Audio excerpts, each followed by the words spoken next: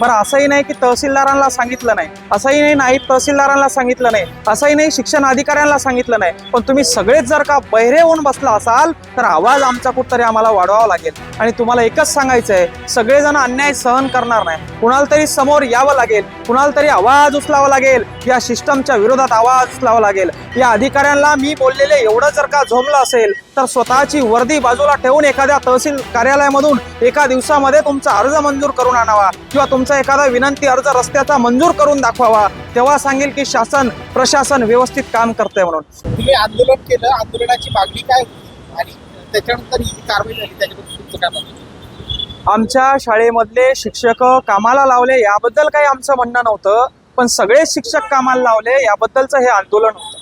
बरं असंही नाही की तहसीलदारांना सांगितलं नाही, असंही नाही नाईब तहसीलदारांना सांगितलं नाही, असंही नाही शिक्षण अधिकाऱ्यांना सांगितलं नाही, पण तुम्ही सगळेच जर का बहिरे होऊन बसला असाल तर आवाज आमचा कुठतरी आम्हाला वाढवावा लागेल. आणि तुम्हाला एकच सांगायचं आहे, सगळेजण अन्याय सहन करणार नाही, कुणाला तरी समोर यावं लागेल, कुणाला तरी आवाज उचलावा लागेल, या सिस्टमच्या विरोधात आवाज उचलावा लागेल. आज जन्माच्या प्रमाणपत्रापासून तर मृत्यूच्या प्रमाणपत्रापर्यंत भ्रष्टाचार बोकाळलाय.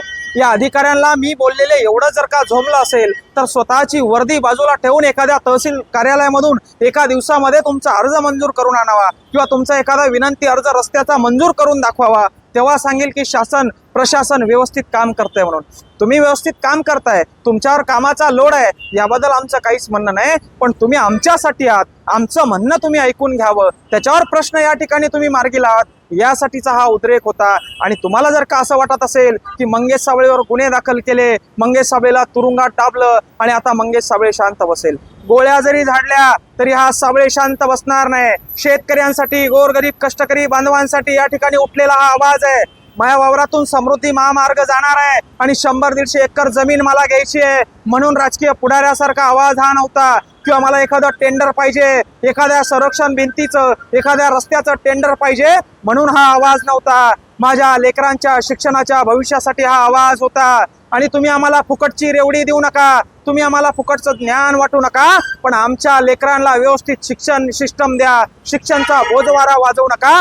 त्यासाठी उठलेला हा आवाज होता, त्यासाठी उठलेला हा उद्रेक होता, एवढंच या ठिकाणी सांगेल. नक्कीच राजकीय षड्यंत्राच्या माध्यमातून आमच्यावर गुन्हे दाखल करण्यात आले, आमचा आवाज दाबण्याचा प्रयत्न करण्यात आला, पण त्या राजकारण्यांना मी सांगू इच्छितो, साबळे हा तुमच्या 4 दिवसाच्या तुरुंगानं किंवा 4 दिवसाच्या हर्सुलच्या जेलनं दबणारा नाहीये.